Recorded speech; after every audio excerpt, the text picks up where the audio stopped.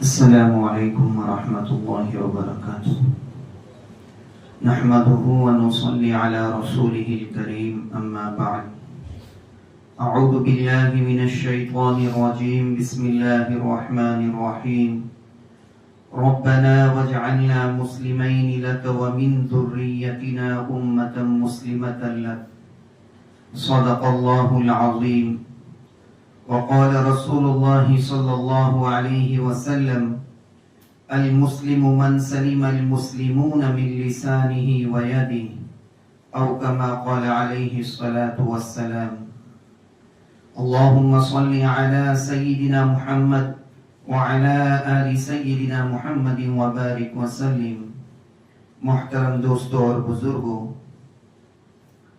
جو مخلوق سراپا خیر ہے وہ فرشتے ہیں، اور جو سراپا شر ہے وہ شیطان ہے. جو خیر اور شر کا مجموعہ ہے وہ حضرت انسان. ہر انسان کے اندر خیر بھی ہے اور شر بھی ہے، لیکن دستور یہ ہے کہ جس بندے میں خیر غالب ہو وہ اچھا انسان ہے، جس میں شر غالب ہو وہ برا انسان ہے. دین اسلام نے ایک خوبصورت دستور بتا دیا کہ المسلم، مسلمان وہ ہے. یہ مسلمان کی تعریف کی جا رہی ہے کہ جیسے آپ کہتے ہیں کہ فلاں چیز کو پہچان، اس کی فلاں چیز کی پہچان بتائیے، تو نبی کریم صلی اللہ علیہ وسلم نے مسلمان کی تعریف بتائی: من سلم المسلمون من لسانه ویدی، کہ دوسرے مسلمان جس کی زبان سے اور ہاتھوں سے سلامتی میں ہو اور محفوظ ہو وہ مسلمان ہے. سمجھ لیجئے کہ گویا مسلمان کی بنیاد دو باتیں بتائی گئی. دو طرح سے انسان کسی کو نقصان پہنچا سکتا ہے، یا عملی یا زبانی. تو فرمایا کہ جس کی زبان سے بھی دوسرے محفوظ ہو اور جس کے ہاتھ سے بھی دوسرے محفوظ ہو. اس میں اس حدیث پاک میں زبان کو مقدم کیا گیا، اس کو پہلے بتایا گیا کہ اس کی وجہ یہ ہے کہ ہاتھ سے کسی کو نقصان پہنچانا یہ تو طاقتور بندے کا کام ہوتا ہے، اور زبان سے تو طاقتور بھی کر سکتا ہے اور کمزور بھی کر سکتا ہے. دوسری بات کہ انسان زبان سے فقط زندوں کو ہی نہیں مردوں کو بھی لپیٹ میں لے سکتا ہے.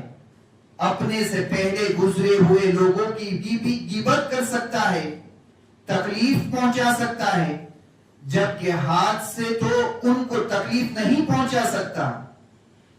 اور تیسری بات یہ کہ ہاتھ سے لگا ہوا زخم بالآخر ختم ہو جاتا ہے، اور زبان سے لگا ہوا زخم کبھی ختم نہیں ہوتا، وہ ہمیشہ یاد رہتا ہے. اس لیے نبی پاک صلی اللہ علیہ وسلم نے زبان کا تذکرہ پہلے فرمایا کہ زبان کا نقصان ہاتھ کے نقصان سے زیادہ برا ہے. ہمارے بزرگوں نے 3 باتیں بتائی. فرمایا کہ دیکھو، اگر کسی انسان کو خوشی نہ دے سکو تو اس بندے کو غم بھی نہ دو. اگر تمہاری اوقات اور ہمت اتنی نہیں کہ تم دوسرے کو خوشی پہنچا سکو تو کم از کم دوسرے کو غم بھی نہ دو. اور اگر تم کسی کے ساتھ دوستی نہیں نبھا سکتے تو اس کے ساتھ دشمنی تو نہ کرو. اور تیسری بات فرمائی کہ اگر تم کسی کی تعریف نہیں کر سکتے تو کم از کم اس کی برائی بھی تو نہ کرو. اگر ہم ان باتوں پر عمل کریں تو دیکھیے ہم دوسرے کے کتنے قریبی دوست ہو جائیں گے. اچھا انسان اور اچھا مسلمان وہی ہے جس کے دل میں دوسرے انسانوں کے ساتھ ہمدردی اور محبت ہو. ایک حدیث مبارک میں ہے جس کو ابن عساکر نے روایت کی ہے. نبی پاک صلی اللہ علیہ وسلم نے ارشاد فرمایا: خوب و خسیرت من لم یجعل اللہ فی قلبی رحمتا للبشر. وہ انسان برباد ہو گیا جس کے دل میں اللہ نے بشر کے لیے رحمت نہ رکھی ہو. یہاں بشر سے مراد ہر انسان ہے۔ معلوم ہوا کہ ہمارا دل ایسا ہونا چاہیے کہ دوسروں کے غم کو اپنا غم سمجھے اور دوسروں کی تکلیف کو اپنی تکلیف سمجھے۔ جو بندہ سمجھے کہ مجھ کو تو بالکل کسی پر ترس نہیں آتا، اس کا مطلب کہ وہ مسلمان کی بنیادی تعریف کو ہی پورا نہیں کر رہا ہے۔ جو کہے کہ مجھے رحم نہیں آتا تو مسلمان کی تعریف ہی پوری نہیں ہو رہی ہے۔ نام کا مسلمان ہوگا، اس کے اندر مسلمانی والی علامات نہیں ہوگی۔ پھر تکلیف پہنچانے کی کئی صورتیں ہیں۔ ایک تو یہ کہ زبان سے ہی کوئی ایسا بول دیا کہ سامنے والے کا دل جل گیا، سامنے والے کو تکلیف پہنچ گئی، کوئی بات کہہ دی، کوئی لفظ بول دیا، مذاق اڑا دیا یا پھر کسی کی غیبت کر دی۔ شریعت نے اس بارے میں مستقل ایک مضمون بیان کیا، فرمایا وَيْلٌ لِكُلِّ هُمَزَةٍ لُمَزَةٍ کہ جہنم کے اندر ایک مخصوص شعبہ ہوگا، ایک وادی ہوگی جس کا نام ویل ہوگا۔ یہ ان لوگوں کے لیے ہوگا جو عیب جو ہو اور عیب گو ہو۔ یہ دو الگ الگ بیماریاں ہیں۔ بعض بندوں کے اندر ان کے اندر یہ نظر آتی ہے، انہیں ہر بندے میں عیب نظر آتے ہیں۔ جس کا نام لے لو کسی بندے کے سامنے، کہ جس کا بھی اس کے سامنے نام لے لو وہ عیب نکال دے گا۔ ایسے بندے کو عیب جو کہتے ہیں، یعنی عیب تلاش کرنے والا۔ اور بعض بندوں کی عادت ہوتی ہے کہ ان کو کسی کی بات کا پتہ چل جائے تو بس ہر مجلس ہر محفل میں اس کو کہتے پھرتے ہیں، ان کو عیب گو کہتے ہیں۔ عیب جو ہونا الگ بیماری ہے اور عیب گو ہونا الگ بیماری ہے۔ بعض لوگوں میں دونوں بیماریاں ہوتی ہیں، وہ عیب جو بھی ہوتے ہیں عیب گو بھی ہوتے ہیں۔ قرآن پاک نے ہمزہ اور لمزہ دونوں استعمال کی گئی کہ دونوں میں سے جو بھی بیماری ہوگی اس کے لیے ویل ہے۔ اب ویل کیا ہے؟ ویل کیا ہے؟ یہ جہنم کا ایک ایریا اور ایک علاقہ ہے جس میں ان لوگوں کو بھیجا جائے گا جو غیبت کرتے ہوں گے، لوگوں کا دل دکھاتے ہوں گے، زبان سے دوسروں کو تکلیف پہنچاتے ہوں گے، اور پھر وہاں پر آگ کے بنے ہوئے ستون ہوں گے۔ ان ستونوں کے ساتھ ان کو باندھا جائے گا اور باندھنے کے بعد وہاں پر آگ ہوگی۔ اس آگ کے انگارے اوپر اٹھیں گے اور اس بندے کے دل کے اوپر جا کے لگیں گے۔ نار اللہ الموقدہ التي تطلع على الافئدہ، یہ دلوں کو ٹارگٹ، یہ آگ دلوں کو ٹارگٹ اور نشانہ لگا کر کریں گے۔ یہ دوسروں کے دلوں کو تکلیف پہنچاتا تھا، دل کو ایذا پہنچاتا تھا، اب آگ اس کے دل کو ٹارگٹ کرے گی۔ جیسا عمل ویسی سزا۔ لہذا آخرت میں جس کو آگ جلائی جائے گی لیکن دل کو مخصوص جلایا جائے گا۔ آخرت میں جسم کو تو آگ میں جلایا جائے گا لیکن دل کو بالخصوص جلایا جائے گا۔ تو معلوم ہوا کہ ان لوگوں کو اللہ رب العزت اس نوعیت کا عذاب دیں گے کہ جس نوعیت کا یہ دنیا میں گناہ کیا کرتے تھے۔ اللہ رب العزت اسی طرح آپ صلی اللہ علیہ وسلم نے ارشاد فرمایا من غش فلیس منا، جو بندہ مال میں ملاوٹ کرتا ہے وہ ہم میں سے نہیں ہے۔ دوسرے تو پیسے پورے دیں گے لیکن ان کو ملاوٹ والی چیز ملے تو فرمایا کہ یہ چھوٹا کوئی گناہ نہیں ہے۔ یہ دھوکہ دینا، دوسروں کو تکلیف دینا، دل دکھانا، پریشان کرنا، یہ اتنا بڑا گناہ ہے کہ تم اگر اپنے مال میں ملاوٹ کر کے بیچو گے تو تم ہمارے ہی میں سے نہیں ہیں۔ آپ اندازہ لگا سکتے ہیں کہ یہ کتنی بڑی تنبیہ ہے۔ اللہ کے پیارے حبیب صلی اللہ علیہ وسلم کا یہ فرما دینا کہ وہ ہم میں سے نہیں جو دھوکہ دیتا ہے۔ جن کی شفاعت کی ہم دل میں تمنا رکھتے ہیں اور امیدیں ہم لگائے بیٹھے ہیں کہ اللہ کے حبیب صلی اللہ علیہ وسلم کی شفاعت سے ہماری مغفرت ہوگی، اگر اللہ کے حبیب صلی اللہ علیہ وسلم فرما رہے ہیں کہ دھوکہ دوں گے تو وہ ہم میں سے نہیں، تو شفاعت کیسے ملے گی؟ شریعت نے ہر اس عمل کو منع کر دیا جس سے دوسروں کے دل کو تکلیف پہنچے، دوسروں کی دل آزاری ہو، اور جو دوسروں کی دل آزاری کرے گا قیامت کے دن عذاب کیا ہوگا سنیے۔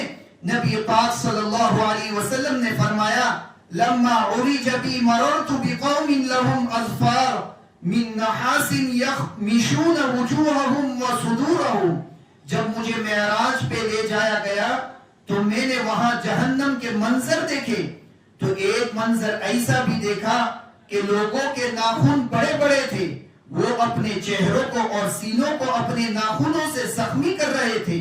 تو میں نے پوچھا جبرائیل یہ کون لوگ ہیں؟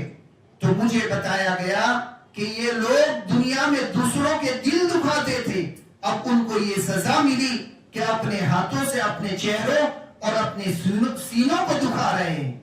اللہ رب العزت کے حبیب صلی اللہ علیہ وسلم اس چیز کا بڑا خیال کرتے تھے کہ دوسروں کو راحت ملے، دوسروں کو تکلیف نہ پہنچے۔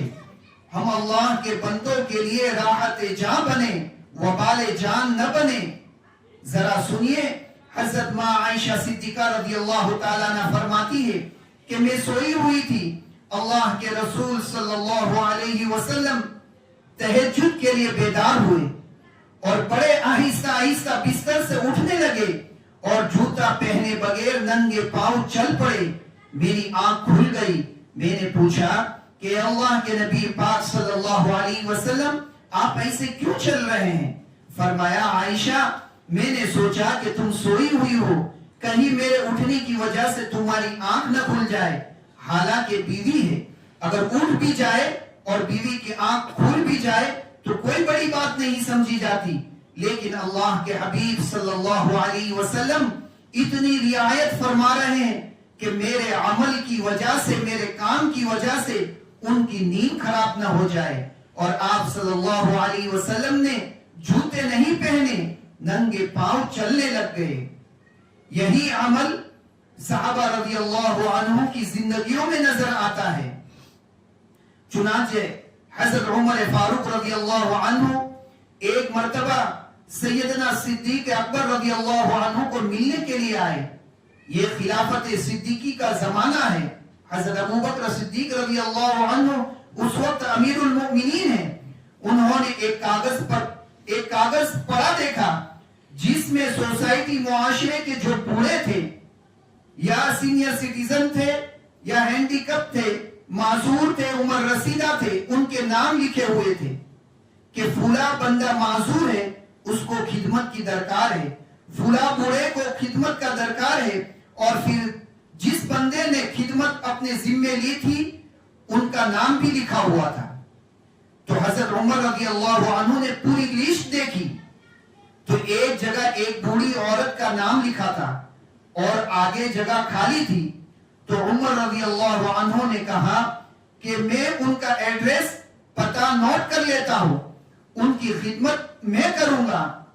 ذرا سوچئے وہ کیسا ماحول تھا کہ معاشرے میں کوئی بندہ جس کو مدد کی ضرورت ہوتی تھی صحابہ رضی اللہ عنہم اپنے ذمے لے لیتے تھے کہ ہم ان کی خدمت کریں گے۔ آج تو ماں اور باپ کی خدمت نوجوان نہیں کر پاتے، اپنے گھر کے بڑے بوڑھوں کی خدمت نہیں کر پاتے۔ ایک وہ زمانہ تھا کہ حضرت عمر رضی اللہ تعالیٰ عنہ فجر کی نماز پڑھی اور اس بوڑھی عورت کے گھر گئے، دروازہ کھٹکھٹایا، اس نے پوچھا کون؟ بتایا کہ میں عمر فاروق آپ کی خدمت کے لیے آیا ہوں۔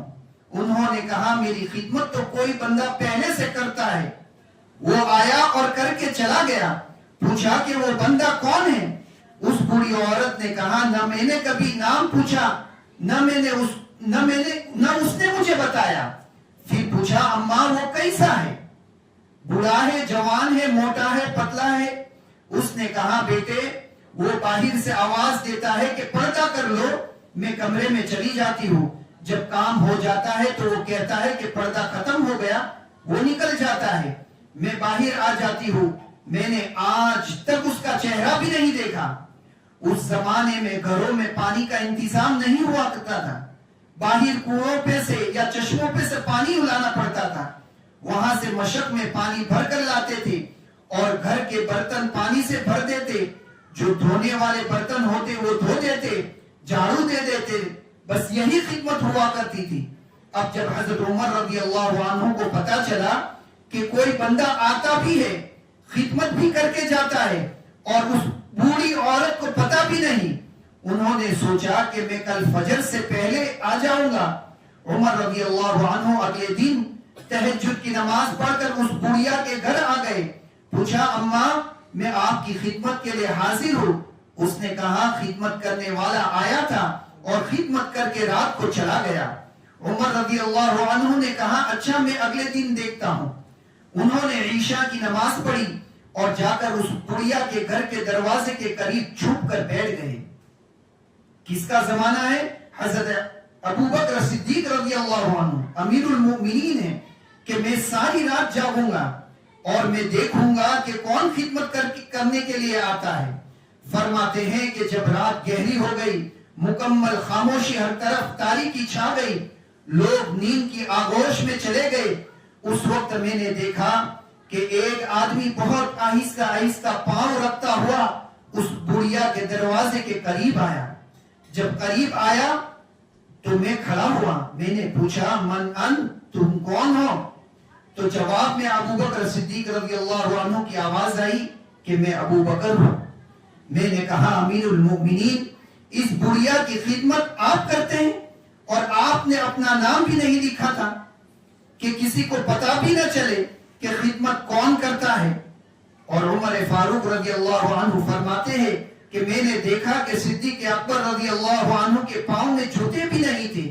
میں نے کہا امیر المؤمنین کیا آپ کے پاس جوتے نہیں یا جوتے گھر چھوڑ کے آئے؟ تو صدیق اکبر رضی اللہ عنہ نے جواب دیا کہ یہ رات کا وقت ہے، اللہ کے بندے اور اللہ کی بندیاں اس وقت سو رہے ہوتے ہیں، میں نے ارادتاً اپنے جوتے گھر اتار دیے کہ میرے پاؤں کی آہٹ کی وجہ سے کسی کی نیند میں خلل نہ آ جائے۔ یہ وقت کے امیر ہے اور یہ ان کا عمل ہے۔ صحابہ رضی اللہ عنہ دوسروں کی دل آزاری کا اتنا خیال رکھتے تھے۔ چنانچہ ایک بزرگ کے بارے میں بھی آتا ہے کہ ان کی بیوی نے کہا کہ بازار سے میرے لیے کپڑا لے آئے۔ انہوں نے کہا بہت اچھا۔ وہ گئے اور بازار سے کپڑے کے تھان لے آئے اور لا کے کپڑے دیے تو بیوی نے کہا بڑا اچھا کپڑا ہے، مجھے پسند آیا۔ انہوں نے کہا اچھا یہ تھان ابھی میں لے آتا ہوں۔ وہ تھان لے کے گئے اور کچھ دیر بعد واپس آ گئے۔ بیوی نے پوچھا تھان بدلا تو نہیں، کیوں لے کر گئے تھے؟ کہنے لگے میں نے اس تھان پر ایک چونٹی کو چلتے ہوئے دیکھا اور یہ چونٹی میں نے اس دکان پر چونٹیوں کے کپڑے کے پاس چلتے ہوئے دیکھا تھا، مجھے لگا کہ یہ چونٹی وہاں سے تھان کے ساتھ گھر آ گئی، اب یہ اپنے خاندان سے الگ ہو گئی۔ میں تھان لے کر گیا، چونٹی کو وہاں چھوڑ کر تھان کو واپس لے آیا۔ ہمارے بزرگ اگر چونٹی کی اذیت کا خیال رکھتے تھے تو کیا اللہ کے بندوں کی اذیت کا ہم خیال نہیں رکھ سکتے؟ ہم قیامت کے دن اللہ کو کیا جواب دیں گے؟ آج تو ہم میں سے بعض دوست ایسے ہیں جیسے سینگ والے بکرے ہوتے ہیں، ادھر ہو گیا تو اس کو سینگ لگا دیا، ادھر ہو گیا تو ادھر اس کو سینگ لگائی، ذرا سی بات پہ جھگڑا کر لیتے ہیں، الجھ پڑتے ہیں، ہاتھ اٹھا لیتے ہیں، گالیاں نکالنی شروع کر دیتے اور کئی مرتبہ تو زندگی بھر کا بیر کما لیتے ہیں۔ یہ انسان کہاں سے ہوئے ہیں؟ یہ انسان نہیں، یہ تو جانوروں میں سے، بلکہ فرمایا اولئک کالانعام بل ہم اضل، یہ جانور ہے بلکہ جانور سے بھی بدتر ہے، اولئک هم الغافلون، وہ سب لوگ غافل ہیں۔ اس سے بھی بڑھ کر ایک واقعہ ہے، بلکہ اس سے بھی آگے کی بات سن لیجئے کہ ایک محدث تھے، انہوں نے بڑی حدیث کی خدمت کی، وفات ہو گئی، کسی کو خواب میں نظر آئے، اس نے پوچھا کہ حضرت کیا بنا؟ انہوں نے کہا مغفرت ہو گئی۔ اس نے کہا کہ مغفرت تو ہونی تھی، آپ نے تو اتنی حدیث کی خدمت کی۔ وہ کہنے لگے حدیث کی خدمت کی وجہ سے مغفرت نہیں ہوئی۔ پوچھا حضرت کس وجہ سے ہوئی؟ فرمانے لگے ایک ایسا عمل جو مجھے یاد بھی نہیں تھا، پوچھا حضرت کون سا عمل؟ فرمانے لگے میں بیٹھا حدیث مبارک لکھ رہا تھا، میں نے دل میں نے دوات کے اندر قلم ڈالی اور نکال لی تو جو سیاہی لگی ہوئی تھی اس کے اوپر مکھی آ کر بیٹھ گئی۔ میرے دل میں خیال آیا کہ یہ مکھی پیاسی ہوگی اور سیاہی پینا چاہتی ہے، تو میں نے چند سیکنڈ کے لیے اپنے قلم کو وہیں پکڑے رکھا، وہ تسلی سے پی لی، وہ 1-2 سیکنڈ کے بعد اڑ کر چلی گئی۔ میں نے پھر حدیث لکھنی شروع کر دی۔ اللہ کریم نے فرمایا تم نے ایک مکھی کی پیاس کا خیال کرتے ہوئے اپنے ہاتھ کو ایک جگہ روکا تھا، ہم نے اس عمل پر جہنم کی آگ کو تجھ پر حرام کر دیا۔ آپ نے وہ واقعات بھی سنے ہوں گے، جو ایک پیاسے کتے کو پانی پلایا، ایک نیک عورت نے بلی کو بھوکا رکھا، جہنم کی حقدار ہو گئی، اور جس نے پیاسے کتے کو پانی پلایا جنت کا حقدار ہو گیا۔ لہذا ہمیں چاہیے کہ زندگی میں اب تک ہم جو خطائیں کرتے جا رہے اس سے اللہ سے معافی مانگے۔ اب ایک سوال یہ پیدا ہوتا ہے کہ اگر دوسرے کی دل کو ہم تکلیف پہنچائے، اذیت ہے، تو اللہ کو اتنی ناپسند ہے۔ تھوڑی سی تکلیف ہماری طرف سے اگر کسی کو پہنچتی ہے اللہ کو بڑی ہی ناپسند ہے، تو ہم تو پتہ ہی نہیں کتنوں کو ہم تکلیف پہنچا رہے ہوں گے۔ اب اس کا حکم کیا، اب کیا کرے؟ تو اس کے لیے 2 کام کرنا پڑے گا۔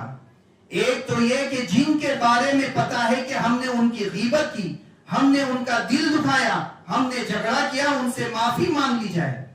معافی مانگنے میں بھی شرم محسوس نہ کرے، ماں باپ سے مانگے، بھائی بہن سے مانگے، بیوی سے مانگے، پڑوسی سے مانگے، معافی مانگنے میں کبھی بھی شرم محسوس نہ کرے۔